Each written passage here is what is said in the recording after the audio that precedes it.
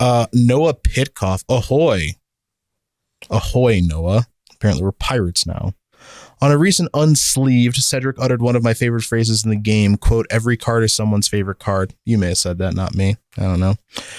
For both of you, which card fits that bill for you? What is a card that you have fond memories of that you imagine the listener or even your co-host might not have ever heard of? For example, friends of mine will know that I never shut up about Hour of Need, a dubious journey into Nick's Uncommon due to a notorious undefeated draft performance, something more obscure and unplayed than even our dear Polar Kraken, if you can think of it. Question out of the way, just wanted to say huge props for what you do. The receivables on YouTube is the ideal Magic content as far as I'm concerned, which is all due to the personality and care you put in everything. Cheers. Thanks, Noah. Do you have any example of a card like this? Folk of Van Hava. So we talked about. Oh yeah, the folk. Yeah. Yep. You're gay. That one has a lot of pull with me. I was always very tickled by Bird Maiden because it came out after Granite Gargoyle. Yep. And I always appreciated there's something like, yeah, this thing sucks. It has really no purpose, but they made it anyway. Sure. There's something cool about that. Sure. And I'm not even just talking like as a professional or whatever, but like even as a kid, I was just something about that was like, that's kind of funny. That's neat. That actually makes the world feel kind of bigger because, yeah, you would go to Worlds and there would be some things would be better versions of what you were used to, and some things would be shittier versions. Sure. Yeah, great. Sure. I don't know. I have a lot of fondness for just a lot of the Magic cards, kind of that time and place for just being their authentic selves, and a lot of that being, well, yeah, it meant bad, complicated, and no purpose. Sure. But that's okay. There's a lot of time to think about the cards. There's no rush.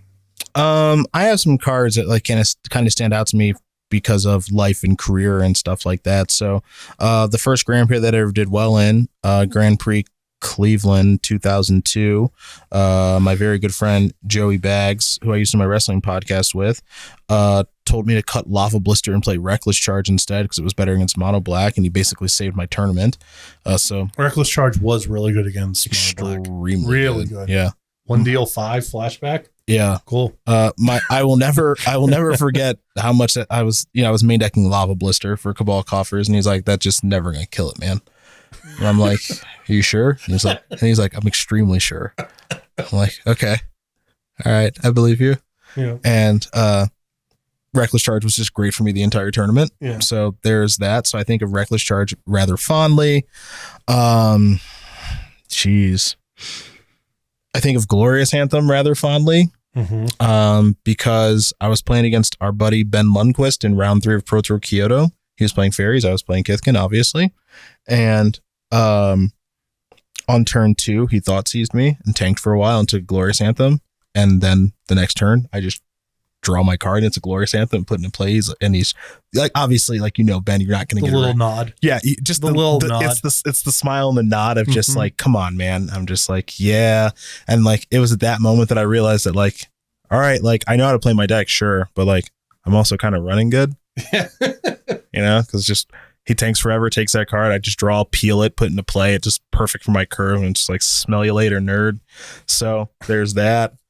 I think of that card pretty fondly. There's probably a bunch of other ones that stand out that I can't think of off the top of my head. In terms of a card that's very modest, but was integral to my first really good Grand Prix finish, shout out to Crowd Favorites. Okay. Do you remember that one? It's a white card. I think it costs 7 mana, but I can't remember for sure. Yeah, you got it. Yeah. Onslaught? Yes. Okay. Like, this is when I was not playing limited, but I remember, like, I can see it. So this is 7 mana. It is a human soldier, 4 mana, so 3 and a white, tap target creature, 3 and a white, +0/+5. Why do you like this card? Just play your 8th land, and that's it. That is all she wrote. That is all she wrote. Yep.